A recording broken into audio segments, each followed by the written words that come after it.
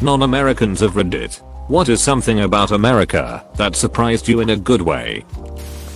First time in the US, my brother and I from Norway went on a road trip around New England and upstate New York. By chance we spent our first night in Mystic. Caught a year or so after the movie Mystic Pizza. It was the night of my 23rd birthday, and we ended up in a small bar full of locals. Pretty much the only tourists out of towners in the place.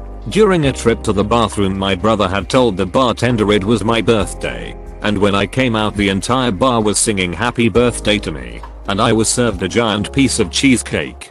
I was completely taken by surprise, and it was a great experience. Most Americans are very friendly to strangers in my experience. We had 3 great weeks in court, MNNE and New York, on holiday with my family to America. Can't remember which part. We visited once a year for 8 years or something. Anyway, I must have been about 10 years old, but I dropped my wallet on the ground and carried on walking. Someone behind me flagged me down and gave it back. I remember being surprised I didn't just walk off with it. Maybe they were old. If I was an adult, I dunno. I met lots of nice people over there, so that, I guess, looking at you through social media, Americans seem like the absolute worst, but when I was actually there, everyone was just so super nice.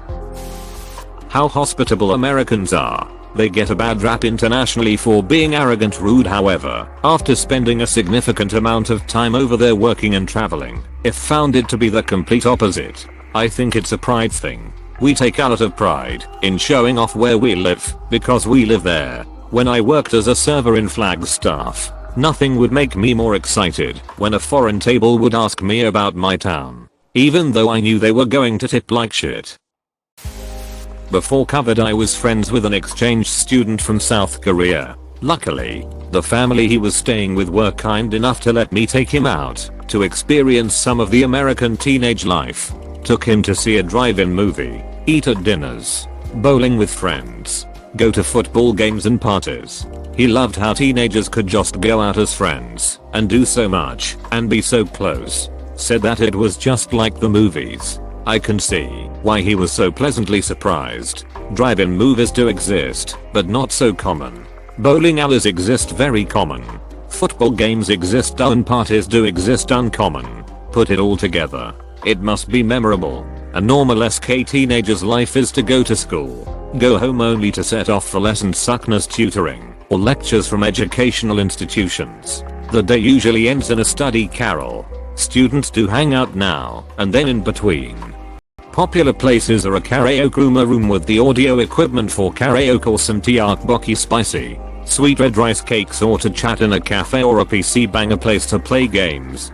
Full of computers. You can order food to eat while playing video games. Aussie here. People complain that Americans are too loud, but that can actually sometimes be a good thing.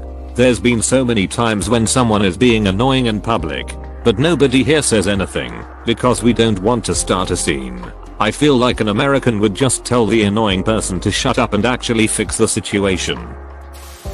How friendly people were, even in big cities like New York City and LA. Although I think my British accent may have been a contributing factor, lol. The situation that sticks out the most was me and my other British friend were standing in line to get into a club in LA making casual small talk with each other when an American lady turned round and was like, "Oh my god, are you girls British? I love your accent." We spoke to her for a bit and she said she knew the DJ so would get us in VIP for free. She was so lovely, but my sketch radar did go off a little. But we accepted her invitation and had a great night and woke up alive the next day. This is a running joke with my family. I'm usually the guy that tourists come to ask for questions. I love it though. My wife, after quite a few times in New York City, asked someone, "It was great to meet you. Can I ask you a weird question? Why did you decide to ask him his tattoos?" Totally American themes.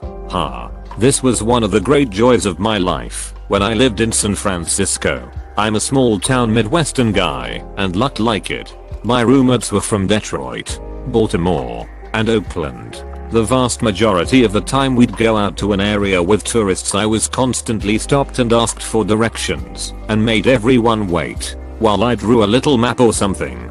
It was always me they targeted. My friend would say your country bumpkin ass is asking for it, walking around smiling at strangers all day. I loved it.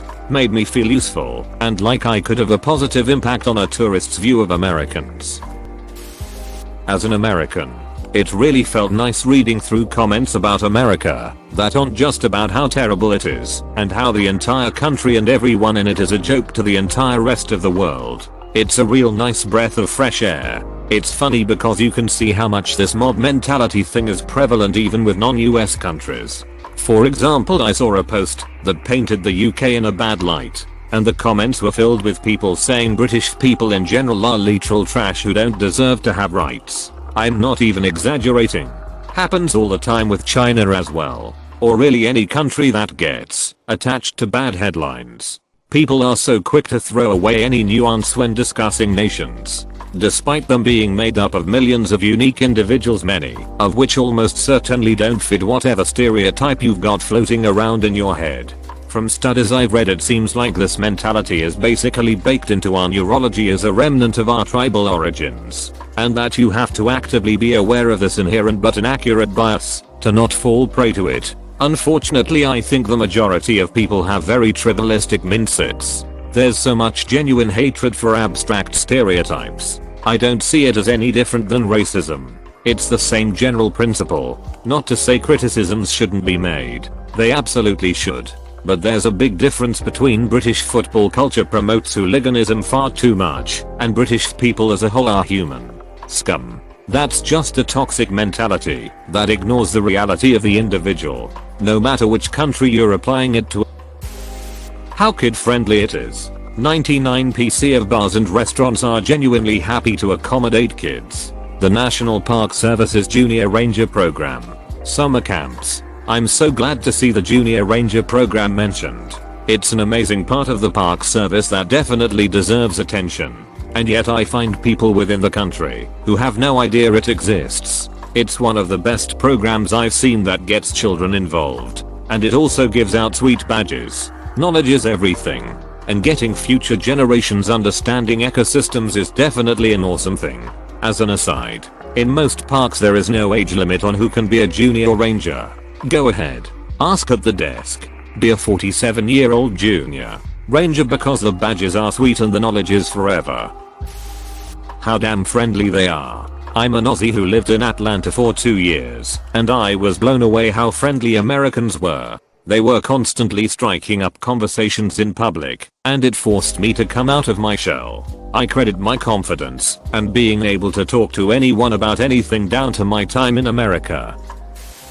How social and friendly so many of you are. It was in Florida. They always talk about how friendly the people in Canada are. But as a Canadian, I personally had better experiences talking with people in America than here. Nobody speaks a word here, but when I went to America, if there was somebody sitting next to me on a bench in the mall, they would say hi or something. Alcohol is so cheap for a developed country. Consumer goods are also cheap. I live in one of the biggest cities in my area with about 2 hours of a large Canadian city. When the Canadian dollar is strong against the US dollar, we will see a very large influx of Canadians on the weekends. On day outside a very large liquor store here in town US, I saw a couple with Manitoba plate get out of their vehicle as I was walking it. I made it in first and was checking specials posted near the entrance. The man walked about 3 feet in the door and just stopped in his tracks. I noticed his eyes pretty much glazed over at the sheer amount and variety of beers, wines, liquor, whiskeys, cordials, and the amounts this place had in the prices. I heard him say no wonder they're all alcoholics down here. Asian here. And the thing that surprised me the most when I visited the states LA and Portland is the food. My god, it's insane. I'm a pretty big dude. I lift a lot, so naturally I eat a lot as well. Out here I could normally have 2 servings of any meal and I'll be fine. Food in the States, on the other hand, is on an entirely different level. My uncle took me to IHOP once, and I could barely finish the food he ordered. I don't even think it was that much. He just got us both a comically large drink and an entree, and that was basically what I ate for the entire day. One living there does actually feel like being in a Hollywood movie. Depending on which state 2. Seeing a cop in real life scared the living shit out of me, even when I know I did nothing wrong, which always made me behave super careful. 3. I became an advocate, where I side with Yusei in friends' family discussions and arguments, whom now believe I've become a westernized suck-up tool, where in fact I just love and respect the country at which I spent 6 years pursuing my higher education degrees. God bless Yusei. Thanks for watching. Consider subscribing for more videos.